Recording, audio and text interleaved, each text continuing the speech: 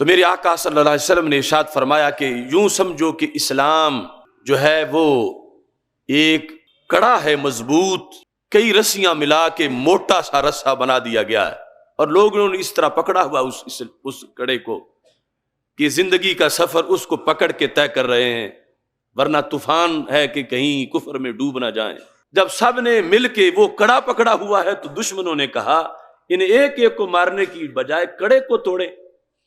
کڑا ٹوٹے گا تو سب گر جائیں گے نیچے سمندر میں۔ تو میرے آقا علیہ السلام نے فرمایا کہ دشمن پھر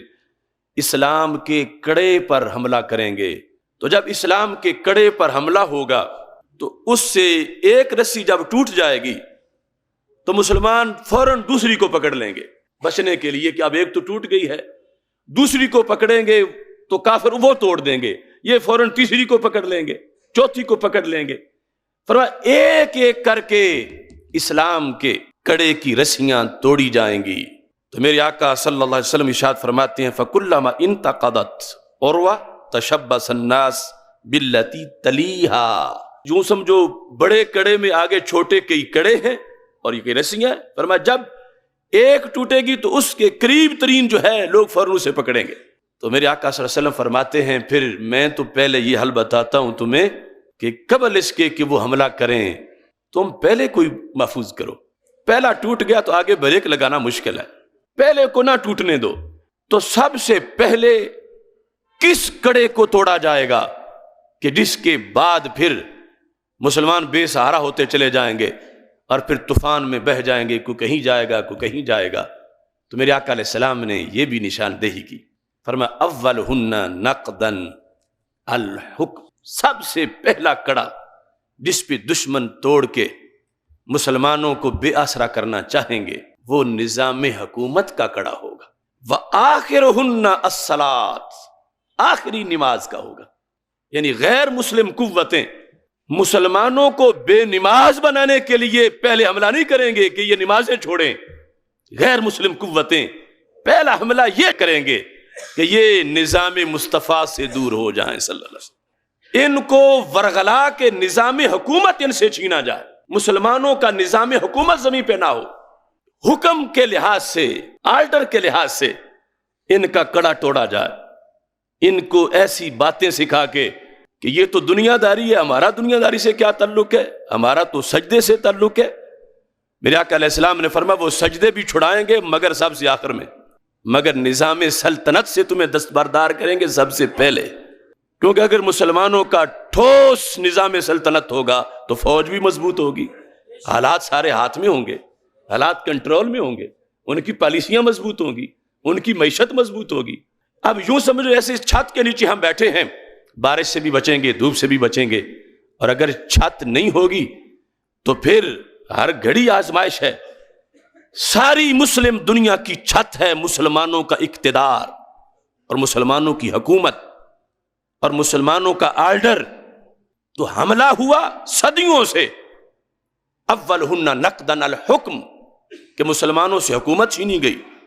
اب چھوٹے چھوٹے ملکوں میں جو بنا کے بیٹھے ہوئے ہیں امریکہ کے سہاروں پہ، یہ کہ مسلمانوں کی حکومت تو نہیں، کہ جب راج اس کا چلے، کنٹرول اس کا چلے، آرڈر اس کا چلے، اور مسلمان اپنے ملکوں کو امریکہ کی کالونیاں بنا کے بیٹھے ہوئے ہوں، تو میرے آقا علیہ السلام نے فرمایا بھولنا نہیں میری امت، پہلا حملہ جہاں ہو وہاں ڈٹ جاؤ اور کنٹرول کرو کہ وہ تم سے آرڈر نہ چھینے۔ اور امریکہ کا جو مشن ہے اور فری میسن کا جو مشن ہے، دجالی ٹولے کا جو مشن ہے،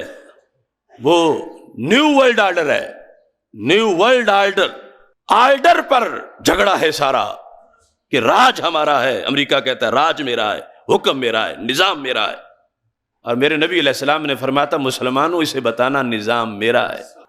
اور بھولے تو پسپا ہوئے، بھولے تو آج گھروں میں، مسلمانوں کے گھروں میں امریکہ نے ڈیرے لگا لیے، بھولے تو مسلمان حکمرانوں کے محلوں میں امریکی فوجی چڑھ گئے، بھولے تو مسلمانوں کی مسجدوں کے ممبروں پر بوٹوں سمیت امریکی کھڑے ہو گئے، بھولے تو قرآن مجید کو قدموں کے نیچے رکھ کے امریکی فوجی چلنے لگے،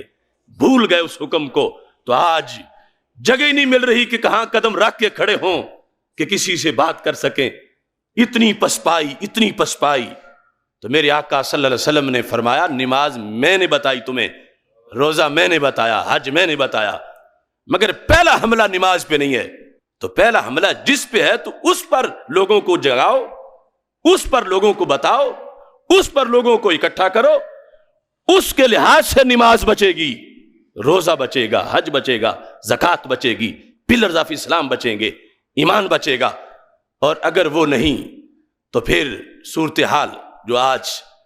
برما میں دیکھ رہے ہو، بھرے بازار مسلمان کے گلے میں رسی ڈال کے اسے کھینچا جا رہا ہے، لٹا کے اوپر موٹر سائیکل گزاری جا رہی ہے، اس کا بازو کاٹ کے پھر اس سے پوچھا جا رہا ہے کہ کلمے کی یہ قیمت سن لو۔ بچوں کو الٹا لٹکا کے ان سے مواخذے کیے جا رہے ہیں، کس بیس پر؟ اگر آج امت کی ڈھال ہوتی تو اٹھتا کوئی محمد بن قاسم برما کے مسلمانوں کا بدلہ لینے کے لیے۔ آج مرکز اسلام کا خادم الحرمین تو منامہ سٹی میں نجدی رقص کرتا ہے اور ٹی وی پہ آتا ہے الارض النجدیہ، نجدی رقص ہو رہا ہے، اور ادھر تلور کے شکار کھیلے جا رہے ہیں اور ادھر بچوں کے کباب بن رہے ہیں۔ کیوں؟ میرے آقا علیہ السلام نے فرمایا الامام جنہ، مسلمانوں کا امیر المومنین یہ ڈھال بن جائے گا، اس کے نیچے سب محفوظ ہوں گے، اور جب وہ نہیں تو پھر ہر ایک کو خمیازہ بھگتنا پڑے گا۔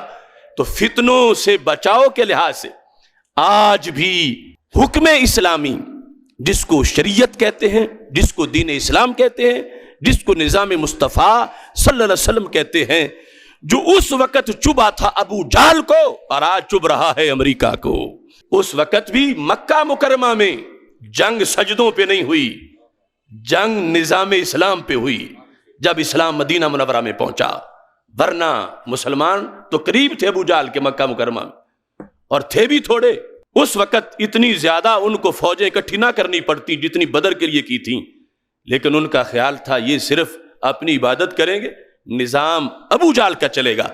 لیکن میرے نبی علیہ السلام نے مدینہ منورہ میں سٹیٹ قائم کی، مسجد میں بھی میرا چلے گا، بازار میں بھی میرا چلے گا۔